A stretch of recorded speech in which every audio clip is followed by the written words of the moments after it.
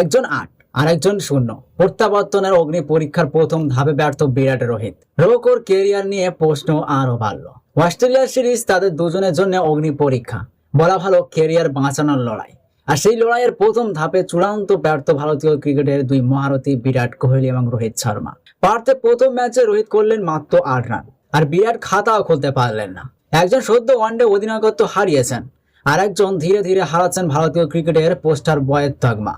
দীর্ঘদিন বাদে অস্ট্রেলিয়ার বিরুদ্ধে সিরিজেই মাঠে ফিরলেন টিম ইন্ডিয়ার দুই মহারথী। আর মাঠে যখন ফিরলেন, দুজনের ক্যারিয়ারের সামনেই বড় সড় প্রশ্ন চিহ্ন।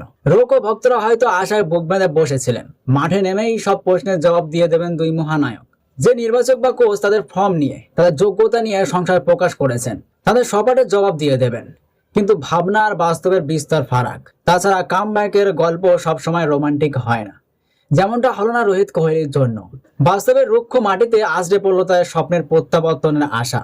রোহিত শর্মা শুরুর কয়েকটা বল সাবধানেই খেলেছিলেন, কিন্তু চতুর্থ ওভারে জর্জ হ্যাজেলউডদের বলের বাউন্সটা আন্দাজ করতে পারলেন না।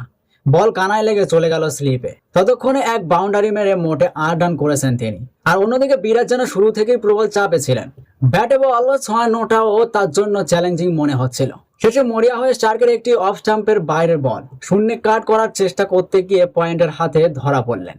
আসলে পার্থের পরিস্থিতি মোটেই ব্যাটিং এর অনুকূল ছিল না। ওয়াপটার স্টেডিয়ামে পেসাররা এমনি সাহায্য পান, তার ওপর আবার মেঘলা আকাশ। হ্যাজেলউড স্টার্কদের সামলাতে পারলেন না দুই মহারথী। সুইং এর বিরুদ্ধে পুরনো রোক মাথাচাড়া দিল। রোকোর এই ব্যর্থতা তাদের ক্যারিয়ারের ওপর প্রশ্ন চিহ্নটা আরো বড় করে দিল।